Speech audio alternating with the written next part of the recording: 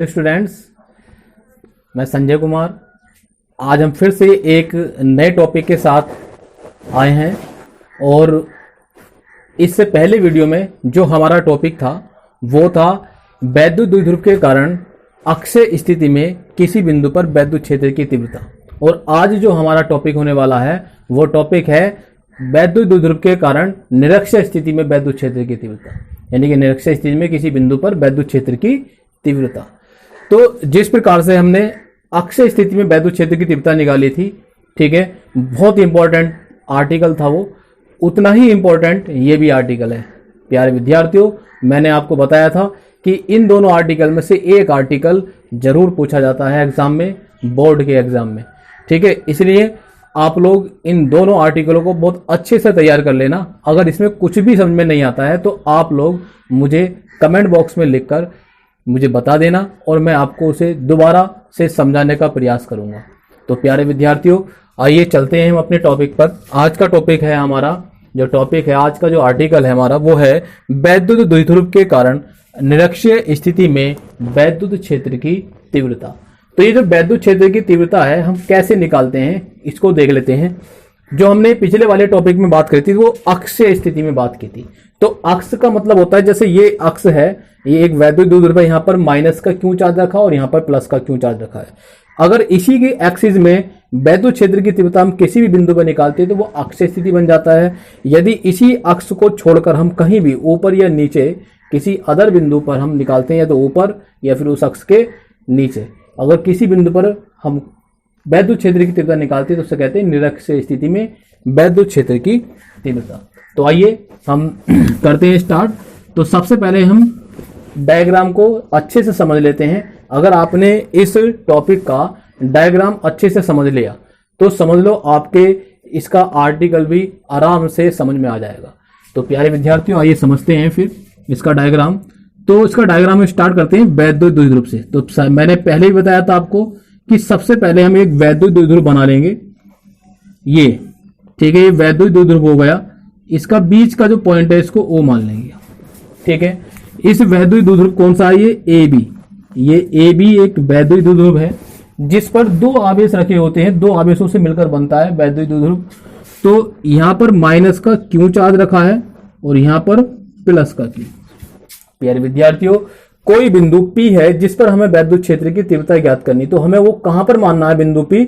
अब हमें निरक्षीय स्थिति में मानना। निरक्षीय का मतलब होता है कि इसकी अक्ष को छोड़कर कहीं उससे बाहर किसी बिंदु पर हमें वैद्युत क्षेत्र की तीव्रता निकालनी है। तो हमने इस वैद्युत द्विध्रुव AB के लंबवत, यानी कि उसकी अर्ध लंब, यहाँ पे लंब अर्धक के ऊपर कहीं पर ऐसे करके हमने मान लिया। बहुत आसान हो जाएगा, यह थोड़ा आसान तरीका होता है। अगर हम अर्ध लंब पे मानेंगे तो थोड़ा सा आसान हो जाता है निकालना और समझना भी। इसको हमें इसी प्रकार से समझना है और यही आर्टिकल है आपके नोटबुक में और इसको अच्छे से आप लिख लेना। और यही आर्टिकल है आपकी बुक में, NCERT में, ठीक है। इससे दूसरा आर्टिकल भी है, ठीक है, वो उसको हम थीटा एंगल पर भी देखेंगे, कहीं पर उसको भी ज्ञात करेंगे। लेकिन पहले लंबवत अक्ष पर हम देख लेते हैं, ठीक है। तो यहां पर हमने इसकी लंब अर्धक पर कोई बिंदु P मान लिया, यहां पर ये P, ठीक है। अब ये जो बिंदु P माना है हमने, इस बिंदु P पर हमें वैद्युत क्षेत्र की तीव्रता ज्ञात करनी है। तो अब करना क्या है, हमने मान लिया कि इस बिंदु O से इस बिंदु P की जो दूरी है वो R है। जैसे हमने पिछले वाले आर्टिकल में माना था कि इस एक्सिस पर कोई बिंदु P मान लिया था, उसकी दूरी इस बिंदु O से ही हमने ज्ञात की थी, R ज्ञात नहीं की थी, सॉरी, इस बिंदु O से ही हमने उसकी दूरी मानी थी R। उसी प्रकार से हम यहां पर भी बिंदु O से ही इस बिंदु P की दूरी मानेंगे R। तो हमने ये R दूरी मान ली यहां तक, ठीक है। अब क्या करेंगे कि इस बिंदु A को इस बिंदु P से मिला दिया, इसी प्रकार से इस बिंदु P को B से मिला दिया, ठीक है। इतना तो समझ में आ गया होगा आपके। अब करना क्या है कि बिंदु B पर एक एंगल क्रिएट कर देंगे। ये माना थीटा एंगल बन रहा है यहां पर, ठीक है। कितना बन रहा है ये एंगल? Theta angle. आप वैद्युत द्विध्रुव की दूरियां तो जानते ही हैं कि बिंदु O से वैद्युत द्विध्रुव की, यानी कि वैद्युत द्विध्रुव में बिंदु O से B की दूरी L होती है और बिंदु O से A की दूरी भी L होती है, ये दोनों बिंदु O से बराबर डिस्टेंस पर होते हैं। L plus L is equal to 2L। तो 2L जो है दोनों आवेशों के बीच की दूरी होती है, वैद्युत द्विध्रुव बनता है। ठीक है प्यारे विद्यार्थियों, इसी प्रकार से हम इसको समझेंगे अब कि जैसे हमने ये माना कि L दूरी पर है और ये भी L दूरी पर है, और ये कितनी दूरी पर, R दूरी पर है। तो अब हम दूरी बिंदु A से P तक की निकालेंगे और बिंदु B से P तक की निकालेंगे। अगर आपको याद होगा तो वैद्युत द्विध्रुव में हमने जो अक्षीय स्थिति निकाली थी, तो अक्षीय स्थिति में बिंदु A और B से भी कुछ दूरियां निकाली थी। एक दूरी आई थी R प्लस L और एक दूरी आई थी R माइनस L। बिल्कुल ठीक उसी प्रकार से यहां पर भी हम दूरी निकालेंगे बिंदु A से P की और बिंदु B से P की। तो अब यहां पर दूरी कितनी आती है, क्योंकि ये अर्धलंब अक्ष पर है तो इसका मतलब ये और ये बराबर है, तो बराबर ही आएगी दूरी। तो इसको निकाल के बता देते हैं हम। देखो एक अगर ध्यान से देखें आप, एक यहां पर त्रिभुज बन रहा है, मैंने अभी बताया ये थीटा एंगल हमने मान लिया, तो ये भी थीटा ही होगा। तो यहां से ये और ये, तो ये हो गया हमारे पास OBP या POB, ये एक त्रिभुज बन गया इस प्रकार से। ये त्रिभुज बन गया, ये बिंदु P है, ये O है और ये B है। ठीक है, ये एंगल कितना है, थीटा। ये दूरी हमें पता है L है और ये दूरी पता है हमें R है। ये दूरी हमें R पता है और ये दूरी यहां से यहां तक L हमें पता है। ठीक है, तो अब हमें दूरी कौन सी निकालनी है, निकालनी है इसका कर्ण निकालना है। तो पाइथागोरस प्रमेय का यूज कर सकते हैं हम। तो पाइथागोरस की प्रमेय क्या होती है कि कर्ण का स्क्वायर इज इक्वल टू आधार का स्क्वायर प्लस लंब का स्क्वायर, ये तो पाइथागोरस प्रमेय होती है। तो लिख लेते हैं कितना जाएगा, कर्ण का स्क्वायर, कर्ण क्या है PB, तो PB का स्क्वायर इज इक्वल टू आधार का स्क्वायर यानी कि L, OB बराबर है L, यहाँ L का स्क्वायर प्लस OP की दूरी है R प्लस R का स्क्वायर। ठीक है, तो अब इसको BP बराबर लिख देंगे L का स्क्वायर प्लस R का स्क्वायर का वर्गमूल। ये जो स्क्वायर है इसके स्क्वायर को हमने उधर जाके वर्गमूल बना दिया। ठीक है, तो ये वर्गमूल बन गया R L square plus R square, या हम ऐसे भी लिख सकते हैं इसको R square plus L square का वर्गमूल। R को और L को आगे पीछे हम कर सकते हैं क्योंकि प्लस में है। ठीक है, अब ये दूरी हो गई PB की, तो PB बराबर हो गया हमारा कितना हो गया, R square plus L square का वर्गमूल। ठीक है, ये दूरी आपको निकालनी आ गई कि कैसे हमने ये दूरी निकाली है। ठीक है, इसी प्रकार से अब देखो ये जो त्रिभुज है इसी के बराबर त्रिभुज ये है, इसके समरूप त्रिभुज है। कौन सा, देखो बिल्कुल इसके समान एक जैसा त्रिभुज है। तो अगर हम देखें कि POA या AOP या APO भी एक त्रिभुज बन रहा है इसके इस साइड में ऐसे करके, और ये क्या है, बराबर, यानी कि ये दूरी इस दूरी के बराबर है। और जब ये दोनों बराबर हैं तो जितनी दूरी ये होगी उतनी दूरी ये होगी। तो इसको भी लिख देंगे हम R square plus L square का वर्गमूल। तो हमने ये दूरियां ज्ञात कर ली। ठीक है, ये काम हमारा खत्म हो गया। अब इसके बाद हमें, क्योंकि इस बिंदु पर जो है बिंदु P पर हमें वैद्युत क्षेत्र की तीव्रता ज्ञात करनी है, तो वैद्युत क्षेत्र की तीव्रता ज्ञात करते हैं। तो पहले देखो यहां पर वैद्युत द्विध्रुव पर दो आवेश रखे हुए हैं, एक माइनस का है और एक प्लस का है। तो प्लस के कारण जो वैद्युत द्विध्रुव पर, यानी कि वैद्युत द्विध्रुव पर जो प्लस का आवेश होता है उसके कारण बिंदु P पर जो वैद्युत क्षेत्र की तीव्रता होगी वो बाहर की ओर होती है। क्यों, ये बात मैंने अभी पिछले वाले आर्टिकल में समझाया था कि बिंदु P पर जो है कोई धन परीक्षण आवेश प्लस का क्यों नॉट रखा हुआ होता है। तो इसलिए हम उस पर जब देखेंगे तो ये प्लस का और ये प्लस का, तो दोनों प्लस प्लस के और प्लस प्लस के वाले, यानी कि समान चार्ज वाले जो होते हैं, समान चिन्ह वाले जो आवेश चार्ज होते हैं या आवेश होते हैं, उनके बीच में प्रतिकर्षण बल लगता है। सो ठीक है, तो वो प्रतिकर्षण बल कहां लगेगा, बाहर की ओर लगेगा। तो इसका मतलब बिंदु इस वाले 20 पर जो रखा आवेश है प्लस क्यू का, इस बिंदु P पर बाहर की ओर वैद्युत क्षेत्र की तीव्रता लगेगी E1। ठीक है, कितनी होगी, E1। और वैद्युत क्षेत्र की तीव्रता E2 जो होगी वो माइनस क्यू आवेश के कारण होगी, क्योंकि हम सबसे पहले इसको प्रमुखता दे रहे हैं, इसको हम पहले मान रहे हैं, थीटा कोण हमने यहां माना था, तो इसलिए मैं यहीं से स्टार्ट किया प्लस के क्यू से। तो प्लस के क्यू के कारण बिंदु P पर जो वैद्युत क्षेत्र की तीव्रता वो E1 बाहर की ओर होगी, माइनस क्यू चार्ज के कारण बिंदु P पर जो वैद्युत क्षेत्र की तीव्रता होगी वो अंदर की ओर होगी, क्योंकि जब विपरीत प्रकार के आवेश होते हैं तो उनके बीच में आकर्षण बल लगता है, तो ये अंदर की ओर हो जाएगी वैद्युत क्षेत्र की तीव्रता E2। E1 और E2 हमने ये ज्ञात कर लिया, ठीक है। अभी ये निकाली है E1 और E2, ये वैद्युत क्षेत्र की जो तीव्रता है E1 और E2 इसकी बात कर रहे थे, ठीक है। तो इसको अब हम क्या करेंगे कि E1 और E2 का मान निकाल लेंगे यहां पर इस बिंदु P पर, तो वो कितना होगा, देखो प्लस Q के कारण E1, ठीक है। तो लिखेंगे यहां पर कि प्लस Q आवेश के कारण बिंदु यानी कि बिंदु P पर वैद्युत क्षेत्र की तीव्रता, वैद्युत क्षेत्र की तीव्रता तो कितनी होगी E1 इज इक्वल टू हो जाएगा 1/4 pi epsilon naught Q upon, देखो दूरी कितनी इसके बीच की 20 है और P के बीच की दूरी r² plus l² plus l² का वर्गमूल का होल स्क्वायर।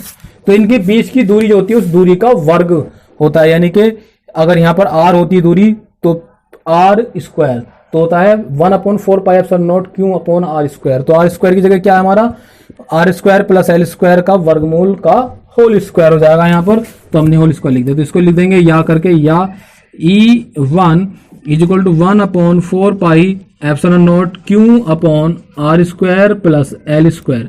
देखो वर्गमूल से, ये जो वर्गमूल है इस वाले वर्ग से हट जाएगा तो ये बचेगा केवल, ठीक है। इसको मान लेंगे इक्वेशन नंबर 1। तो ये जो 1 इक्वेशन नंबर है वो किसके कारण हुई, प्लस Q आवेश के कारण बिंदु P पर वैद्युत क्षेत्र की तीव्रता।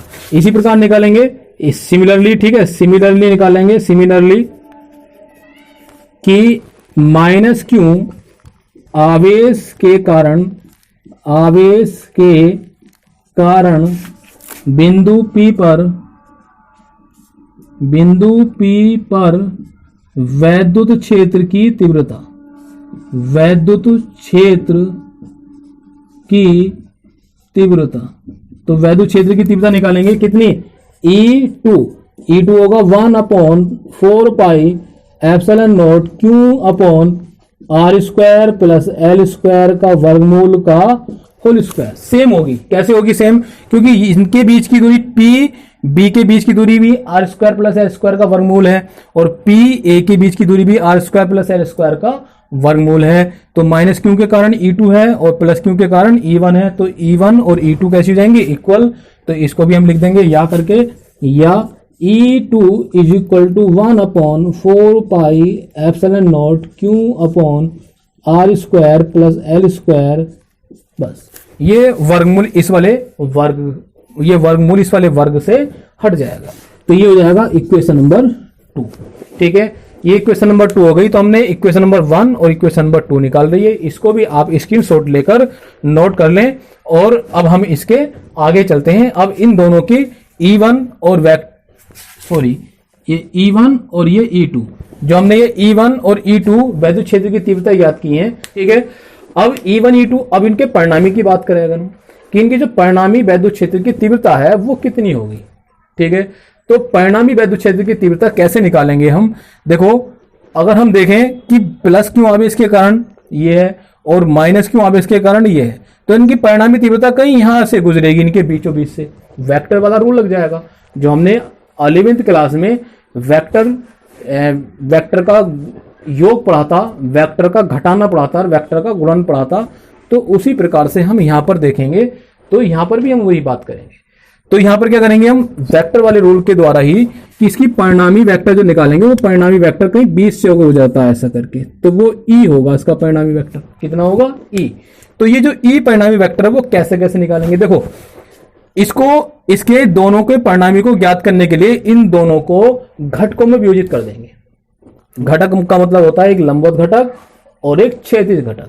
तो दो घटक बनेंगे हमारे, एक लंबवत और एक क्षैतिज, ठीक है। तो AB के एक अनुदिश होगा, अनुदिश का मतलब उसके क्षैतिज में अनुदिश, और एक उसके लंबवत होगा घटक।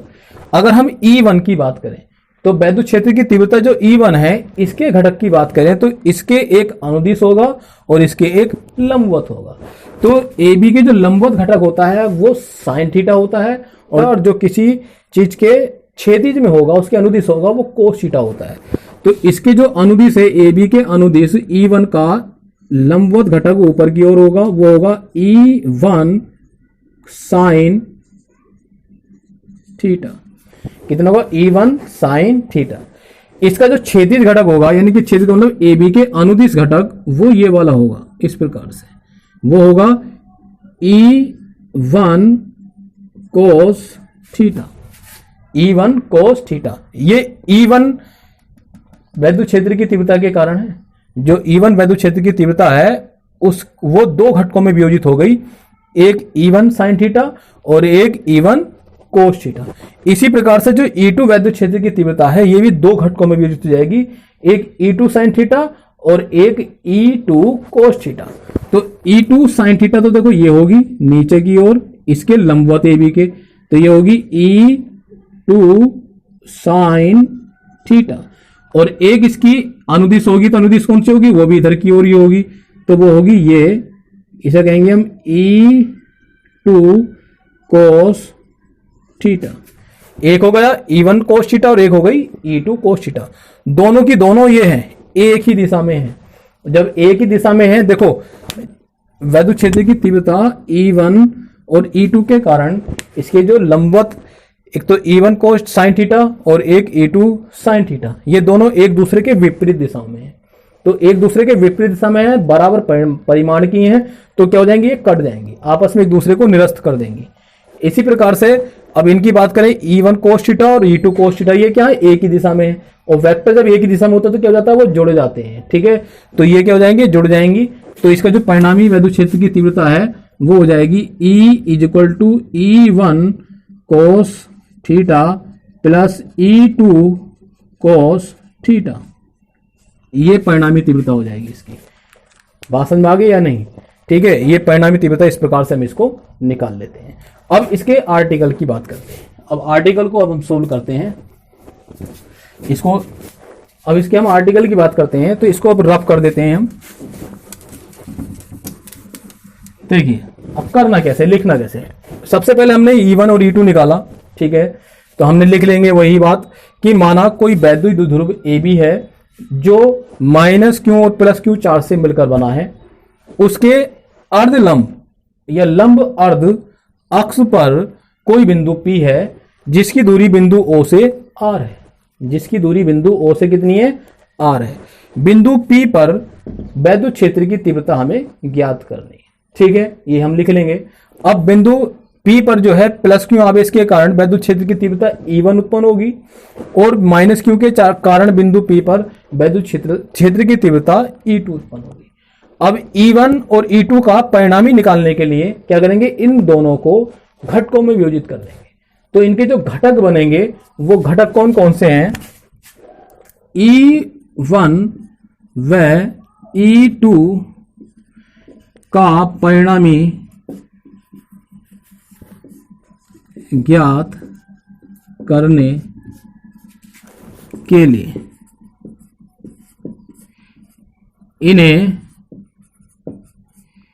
घटकों में वियोजित करते हैं।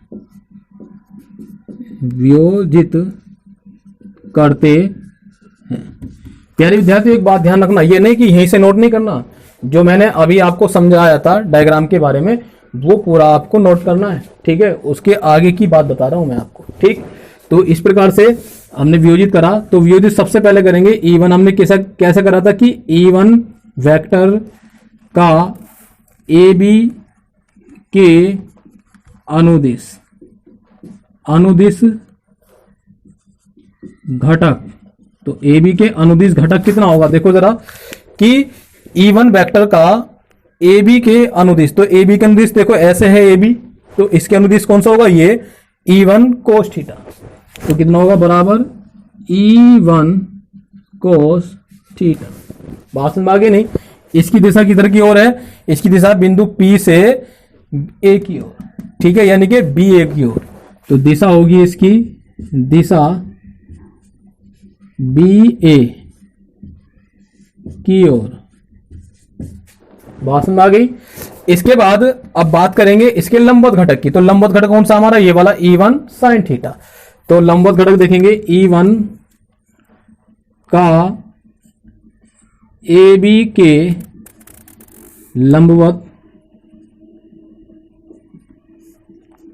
घटक E1 क्या होगा, साइन थीटा। तो E1 साइन थीटा की दिशा क्या होगी, इसकी दिशा देख लेते हैं। तो इसकी दिशा देखो क्या होगी, ऊपर की ओर है E1 साइन थीटा। तो कहां से होगी, बिंदु O से P की ओर। तो O से P की ओर। क्लियर। इसके बाद अब बात करते हैं, देखो यहां से अब तीव्रता की बात करेंगे E2 की। तो E2 का जो घटक होगा अनुदिश AB के E2 cos थीटा और लंबवत होगा E2 sin थीटा। तो इसी प्रकार E1 वेक्टर E2 वेक्टर का AB के अनुदिश घटक बराबर होगा E2 cos थीटा। दिशा वही दिशा होगी, दिशा होगी B से A की ओर। इसी प्रकार E2 का AB के लंबवत घटक कितना होगा, E2 साइन थीटा। दिशा कितनी होगी E2 की, P से O की ओर, नीचे की ओर है तो कितनी होगी इसकी, P से O की ओर, ये दिशा हो गई। क्लियर। हमने इसको घटकों में वियोजित कर दिया। अब इसको तो हमने घटकों में वियोजित कर दिया है, E1 और E2 और अब इनका जो परिणामी है वो परिणामी कैसे निकलेगा, हमने बताया था कि परिणामी होगा E1 प्लस E2। चूंकि E1 व E2 के लंबवत घटक कौन कौन से, E1 साइन थीटा व E2 साइन थीटा समान व विपरीत हैं। कैसे हैं, समान व विपरीत हैं। इसलिए ये एक दूसरे को निरस्त कर देंगे, क्लियर। तो प्यारे विद्यार्थियों, इतना आप नोट कर लेना स्क्रीनशॉट लेके। अब इसके आगे मैं इसको रफ करके आपको समझाता हूं कि हमने ये निकाल लिया है कि इनका जो परिणामी है E1 और E2 के लंबवत जो घटक हैं E1 sin थीटा और E2 sin थीटा, ये दोनों क्या है, एक ऊपर की ओर है एक नीचे की ओर है, दोनों एक दूसरे के क्या है, विपरीत दिशा में है। तो एक दूसरे के विपरीत दिशा में है, समान है, तो इसलिए एक दूसरे को क्या कर देंगे, निरस्त कर देंगे। ठीक है। अब बात करते हैं इन दोनों के जो है घटक जो AB के अनुदिश है उसकी बात करते हैं। तो इसको मैं रफ कर देता हूं।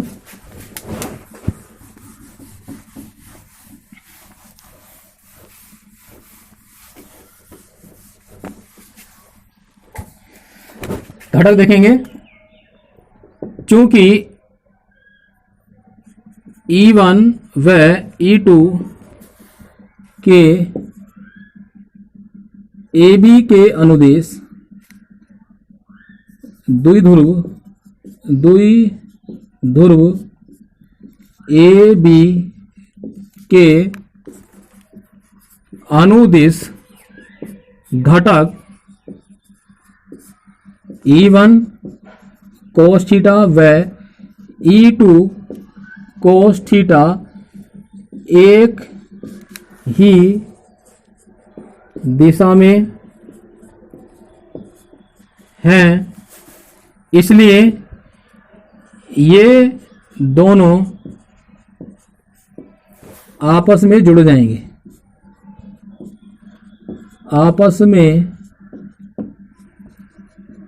जुड़ जाएंगे।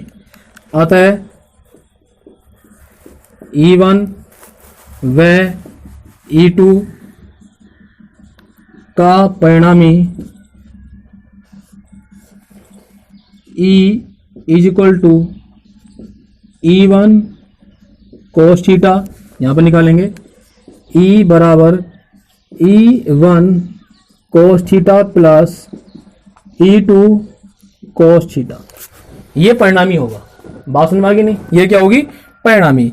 ही परिणामी होगा E is equal to E1 cos theta plus E2 cos theta. तो ये हमने परिणामी निकाल लिया। अब ये जो परिणामी हमने निकाला है, जो पीछे हमने E1 और E2 की वैल्यू निकाली थी, जो मान हमने निकाले थे, उन मान को हम देख लेते हैं।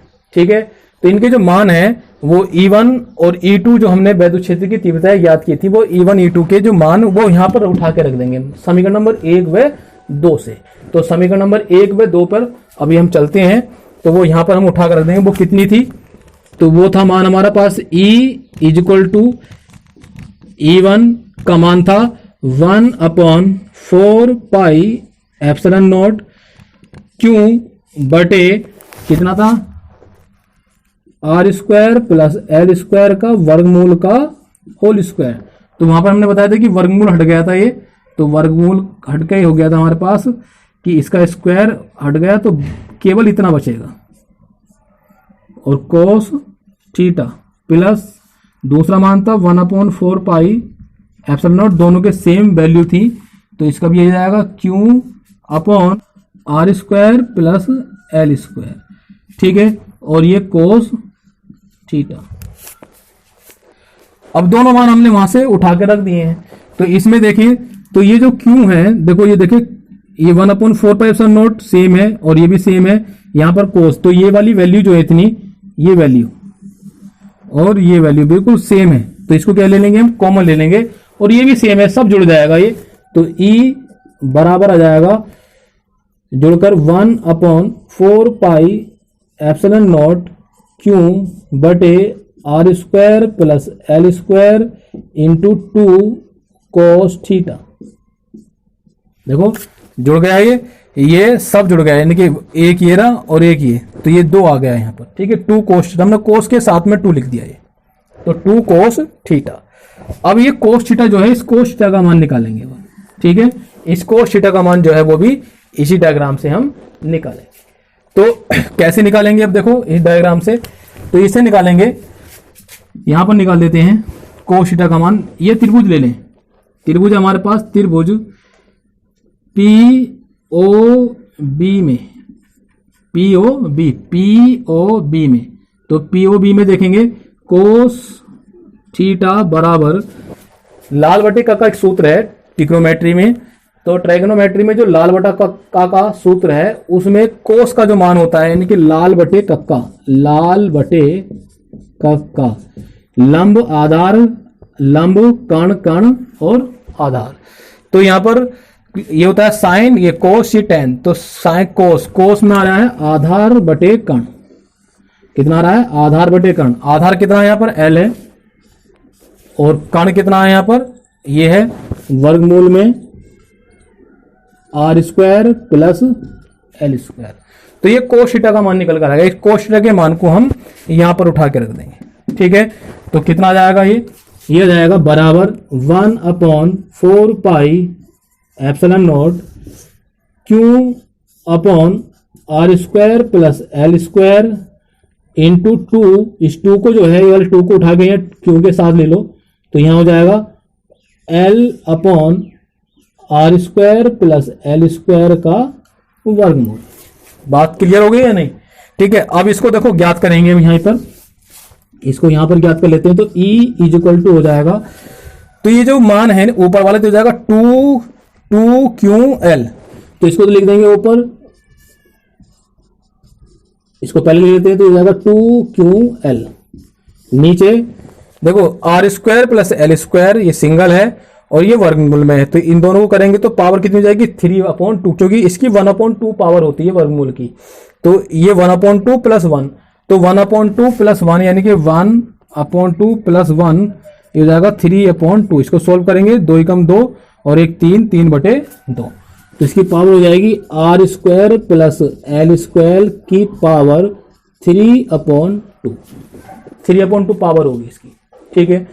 अब इसको आगे सोल्व करेंगे, देखेंगे कि जो l² का मान है, जैसा हमने पिछले वाले आर्टिकल में किया था कि l² r² की अपेक्षा बहुत ज्यादा छोटा है, छोटा मान है ये, ठीक है। l² देखो और r कितना बड़ा है ये, ठीक है। इसकी जो वैल्यू है वो ज्यादा बड़ी है और इसकी वैल्यू छोटी है, तो इसलिए हम ये जो है जब इसका स्क्वायर करेंगे, इसका स्क्वायर करेंगे, तो ये r की जो वैल्यू है l की अपेक्षा बहुत ज्यादा बड़ी हो जाएगी, इसीलिए l को क्या कर देंगे हम यहाँ पर छोड़ देंगे। तो जब छोड़ देंगे तो r² इंटू ब्रैकेट में हो जाएगा 3/2, तो 2 से 2 कट जाएगी, पावर बचेगी केवल 3, यानी कि r की पावर 3। और 2ql का जो मान होता है वो 2ql का मान होता है p, यानी कि वैद्युत द्विध्रुव का आघूर्ण p इक्वल टू होता है 2ql। इसकी जगह p रख देंगे तो हमारे पास वैल्यू इसकी आ जाएगी। तो इसको स्क्रीनशॉट ले लो और इसको नोट कर लो अपनी नोटबुक में, ठीक है। इसके आगे अब हम चलते हैं। तो हमने जो निकाली है वैल्यू देखो, E is equal to 1/4 pi epsilon naught 2ql, ठीक है। इसको अभी ऐसे रहने दो 2ql। अब देखो हमने क्या लिखा कि l² को छोड़ने पर करेंगे, ठीक है। क्यों करेंगे छोड़ने पर?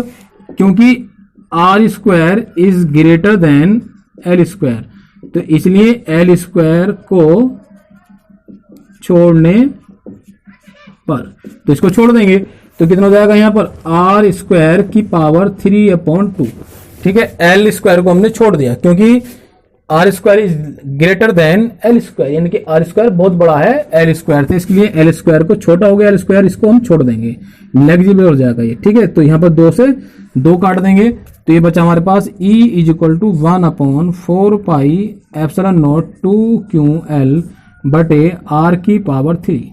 हमें लिख देंगे परंतु हमें पता है कि P इज इक्वल टू होता है 2ql, वैद्युत द्विध्रुव का आघूर्ण होता है, तो इसको यहां पर लिख देंगे।